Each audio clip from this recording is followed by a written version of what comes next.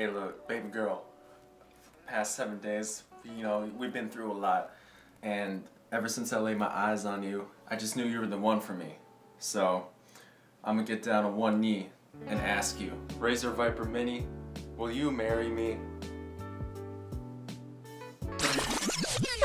The mouse is 118.3 millimeters in length, 53.5 millimeters for the grip width, and 38.3 millimeters for the height. The mouse weighs 61 grams, so it's very easy to pick up and swipe around. The switches are the Razer optical mouse switches, and the sensor inside is the 3359 sensor, the max DPI being 8500. The scroll wheel feels lightweight and rubbery, but its tactility isn't all that. The cord is like the Rocket Burst Pro stock cord, but it's nothing compared to the XM1R stock cord. You don't need to upgrade to a paracord, but if you do, you definitely aren't wasting any money. There is a small DPI button on the top, which is very nice to have in my opinion, and the stock skates are good, so you'll be fine if you don't want to upgrade to aftermarket mouse skates. The main buttons and the side buttons are tactile and fun to use, but there is some pre and post travel. It is the usual travel distance though on typical gaming mice. There is side to side movement on my main buttons, more so on the left button. There is also rattling when I shake my mouse, and it comes from the left main button. I use grip tape on all of my mice because my hands are dry, but the coating on this is the grippiest out of all of the mice that I own. There is no creaking or flexing at all when I squeeze the mouse with 2 fingers. The hump is near the middle, and it is a very low profile mouse in my 19 by 685 by 10.795 centimeter hands. The sides concave in near the middle, and they feel very reminiscent of the XM1R. The hump does not fill out my palm, but it still feels very comfortable in my hands. The decreased size compared to my usual mice helps make me feel more precise when I aim. Both flicks and tracking feel good, and I had a lot of fun playing Halo Infinite and Destiny 2. I absolutely love the Viper Mini, and I'll be maining it moving forward. The only cons I have with the Viper Mini is that the liftoff distance is very high, and even when you adjust it in Razer Synapse, it's still decently high. Nothing compared to the likes of the XM1R, the G Pro Superlight, or the Katana Superlight. The other con is the left loose button, but at least it doesn't feel like it's gonna fall off. It's a very good mouse, and I highly recommend it if you're on a budget and you're still looking for a premium mouse. If you're looking for a good mouse pad to match with this mouse, then click on this video right here, because this mouse pad is very good for both tracking, flicking, and just overall use.